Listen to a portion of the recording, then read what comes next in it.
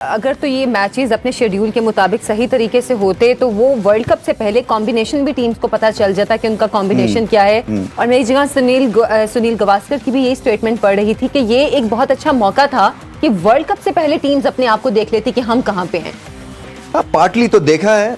पाकिस्तान इतनी बुरी शेप में नहीं है। देखें अफगानिस्तान से एक प्रॉपर सीरीज हुई है और अफगानिस्तान बुरी टीम नहीं है। सरप्राइज वो दे सकते हैं किसी भी क्रिकेट टीम को।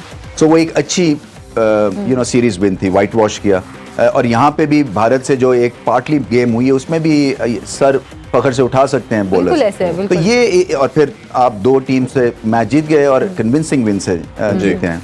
तो इतनी बुरी शेप में नहीं है पाकिस्तान कॉम्बिनेशन के पॉइंट ऑफ व्यू से, अनलेस कि आपके जेहन में कुछ और चल रहा है रिगार्डिंग द कॉम्बिनेशन। सो मैं अभी भी समझता हूं कि डिसीजन मेकिंग का टाइम है ये पाकिस्तान के लिए, और उनको नजर आ रहा है the writing is on the wall कि फखर जमान की फॉर्म नहीं है और उसको हमने कितना ड्रैग करना है। सो एक ओपिनियन है कि नहीं जी हम इन ब्लाइंड कॉन्फिडेंस है और हम इन्हीं के साथ जाएंगे। एक वो सिचुएशन है। और फिर अगर वो बैकफायर कर जाता है तो कितना परसेंटेज डेंट पड़ता है पाकिस्तान को, ये भी उसको कैलकुलेट करना चाहिए ना कि अच्छा अगर फेलियर हमने एक्सेप्ट कर लिया है फखर जमान का, बट ऑन द डे ये मैच जितवा सकते हैं, तो फेलियर अगर एक्सेप्ट कर लिया तो इनकी भरपाई कौन करेगा, कौन इनकी जगह लेगा और मैच विनर साबित होगा। So actually you will be playing with 10 instead of 11। तो अगर आपने वो माइंडसेट बना लिया तो फिर ठीक है, 100 बिस्मिल्लाह, फिर आप करते रहे फखर के साथ। But I think better sense should prevail और यहाँ पे स्ट्रॉन्ग डिसीजन मेकिंग की जरूरत है। माना कि वो आपके कलीदी किरदार है वनडे क्रिकेट में, बट फॉर्म नहीं है और फॉर्म को सलूट करते हैं सब।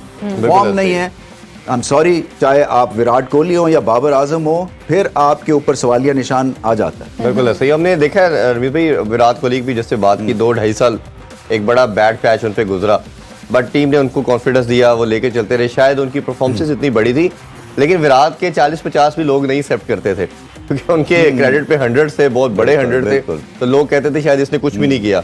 इवन उसके अंदर भी वो रन जरूर करते रहे, ऐसा नहीं था कि वो 10-15 पे आउट होते थे। नहीं सिर्फ इरफान ये है ना, आप आउट ऑफ फॉर्म होते, हर कोई होता है, हर कोई कमबैक्स करता है, ये एक नॉर्मल रूटीन है एक क्रिकेटर की। मगर पता चलता है ना जब आप आउट ऑफ फॉर्म होते हैं कि किस वजह से आप आउट ऑफ फॉर्म हैं, और फिर उसके ऊपर काम किया जा सकता है। मैंने पहले कहा ना, जो अनऑर्थोडॉक्स स्टाइल के प्लेयर्स हैं उनकी जो पकड़ होती है ना फॉर्म में वापस लाने की, वो बहुत ही अनोखी किस्म की एक टेक होती है। अब पता नहीं कि वो बल्ले की ग्रिप की वजह से हो रहा है या बल्ले के एंगल से हो रहा है या उनका फुटवर्क ठीक नहीं है या वो बॉल के करीब नहीं पहुंचते हैं, बॉल से दूर रहते हैं, उनके जेहन में क्या है। सो 3-4 जगह के ऊपर क्वेरीज और क्वेश्चन मार्क है।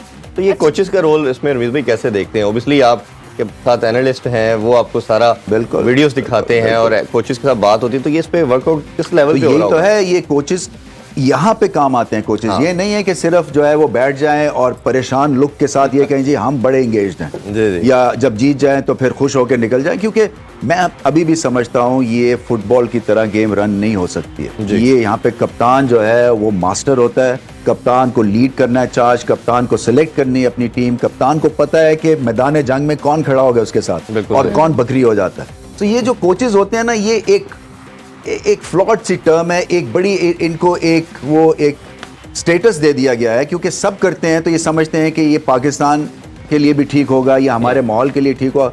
ठीक है, ज़रूरत है मुझे नेट्स ऑर्गेनाइज अगर करने अच्छे, तो मुझे एक अच्छा कोच चाहिए जो कि बताएगा कि जी आपने 15 मिनट स्पिन को खेलना है, आपने आधा घंटा फास्ट बॉलिंग को खेलनी है, अब आपकी स्लिप कैचिंग कमज़ोर थी, चले मैं आपको स्लिप कैचिंग करवाऊंगा। सो उस लिहाज से तो मुझे कोई प्रॉब्लम नहीं है। बट अगर आके एक मैच सिचुएशन में आके और डगआउट में ये लीडरशिप का रोल लेंगे, ये पॉसिबल नहीं है। अच्छा, हेमन टोटा के हवाले से भी कुछ एतराज़ात में पड़ रही थी कि वहाँ पर वेन्यू इसलिए भी नहीं रखा गया कि खिलाड़ी वहाँ पे जाकर नहीं खेलना चाह रहे थे। क्या खिलाड़ियों की भी पसंद नापसंद इसमें शामिल होती है? इंडियन का था, बाकी तो किसी टीम ने ऐसा नहीं था। आई डोंट थिंक सो कि ऐसी कोई चीज होगी। अगर आपको कह दिया है कि नॉमिनेट कर दिया हेमन टोटा एज योर सेंटर, तो आपको खेलना पड़ेगा इररिस्पेक्टिव के किसी को पसंद है या नहीं है। अच्छा, उसमें रमीज भाई जहाँ तक मेरे सोर्सेज हैं, इंडियन टीम ने उस पर रिजर्वेशन का इजहार किया। अब वो अगेन जब सोर्सेज बहुत हैं यार, आप मुझे एसीसी का मोल लगते हैं ये ना। देख रहे, मैंने आपको कहा था, दोनों न्यूज मैंने आपको दी थी, वैसे ही हुआ। वो शायद मेरा ख्याल है वहाँ पे सहूलियात थोड़ी कम होती हैं, हाँ, इसी वजह से उन्होंने ये बात की। अच्छा, अब रमीज भाई उस पर ऑब्वियसली डिस्कशन, अब जब ऐसा कोई डिसीजन किसी एक टीम की तरफ से आता है तो ऑब्वियसली उस पर डिस्कशन भी होती है। जैसे यार मैंने मुझे नहीं पता ये सही बात है, सोर्सेज जो है ना, हाँ। सोर्सेज जाली भी होती है। नहीं, वो सही सोर्सेज बता रहा हूँ मैं आपको। तो इंडियन ने रिजर्वेशन शो की कि हम इधर जाके नहीं खेलना चाहते। जब उन्होंने ये हम announce किया- लताड़ा शुरू कर दे इंडियन टीम हाँ, का। ये हो गया ना शुरू में, इसी तरफ आ रहा था। तो यार ये उन्होंने सोशल मीडिया की सोर्स नहीं है, ये मुझे कोई पक्की सोर्स बताओ। पक्की सोर्स ही बता रहा हूँ कि डायरेक्ट और इंडियन इनडायरेक्ट सोर्स बताइए। इंडियन चैनल्स ने भी इसको रिपोर्ट किया कि इंडियन टीम की रिजर्वेशन थी, इसी की वजह से जय शाह ने इसको रिफ्यूज किया कि हम नहीं जाते। अब उस पर ये बात करना शुरू हो गए कि हमने जो सीरीज खेली है अफगानिस्तान के अगेंस्ट, उधर पाकिस्तान ने बड़ा अच्छा परफॉर्म किया और आपने देखा कि एक उसका जो स्क्वायर है उस पर बॉल थोड़ा रुकता भी है, बस क्या था। तो उन्होंने कहा ये पाकिस्तान इन कंडीशन से कस्टमाइज है। हम वर्ल्ड कप से पहले जो जनरल अप्रोच इनकी बन रही है, हम वर्ल्ड कप से पहले किसी भी तरह हार बर्दाश्त नहीं कर सकते, हम एक शेल में चले जाएंगे।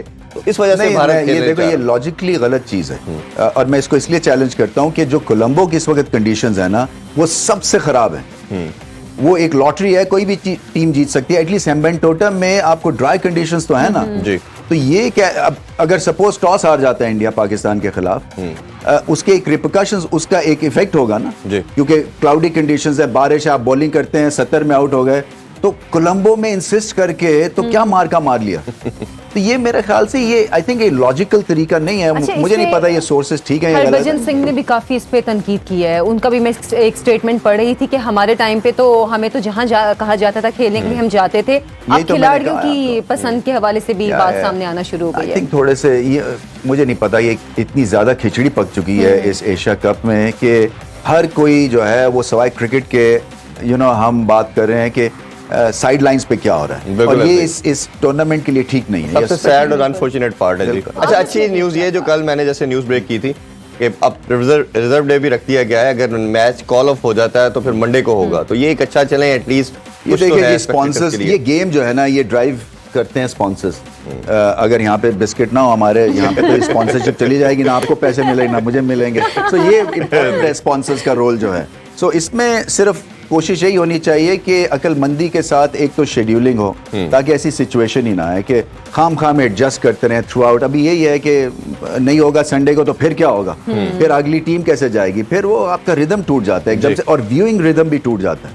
देखे ना, मैंने स्विच ऑन किया हुआ टेलीविजन और फिर पॉज पे चले गए 1.5 घंटे के लिए, तो मैं वापस आऊंगा और मुझे नहीं पता मैच होगा या नहीं होगा, तो मैं कोई और काम करना शुरू कर दूं। लेकिन ऐसा भी लग रहा है ना, अगर नेक्स्ट डे मंडे को फिर बारिश हो जाती है तो फिर एक पॉइंट मिलेगा। आपके कितने मुंह में- रिजर्व डे आपके रखे? मुंह में घी शक्कर। नहीं सर, तो फिर ट्रॉफी किसके पास जाएगी? नहीं, अभी बहुत बड़े मैच टाइम है, ट्रॉफी की फिक्र नहीं है, वो यही बात है, आहिस्ता आहिस्ता जाएंगे वहां तक। सर एक चैनल पे ना खबर भी आ रही थी कि अब क्रिकेट का नहीं स्विमिंग पूल का जो है वो मुकाबला होगा वहाँ पे एक्चुअली फिल्मों मेरा में। ख्याल है ये उन्होंने बात की है, सुनील गावस्कर ने शायद ये बात की है कि अगर तो मतलब इस तरह बारिश ही होती रही तो फिर तो जो प्लेयर्स हैं उनको वहाँ पे स्विमिंग पूल में ही जाना पड़ेगा। हाँ, तो और ये इसका मुकाबला करवा रहे सबका थे। देखिए फोकस जो है ना वो क्रिकेट से हट गया हुआ है और ऊपर आसमान की तरफ चला गया हुआ है। ये इंग्लैंड में कहते थे कि आप जब टॉस करते हैं ना तो आप एक नज़र ऊपर आसमान पे रखते हैं, क्योंकि अगर तो क्लाउड कवर है फिर आप बॉलिंग करते हैं। खेलों से रिलेटेड तमाम अहम खबरें और अपडेट जानने के लिए सुनो न्यूज़ के यूट्यूब चैनल को भी सब्सक्राइब करें और बेल आइकन को क्लिक करना मत भूलिएगा।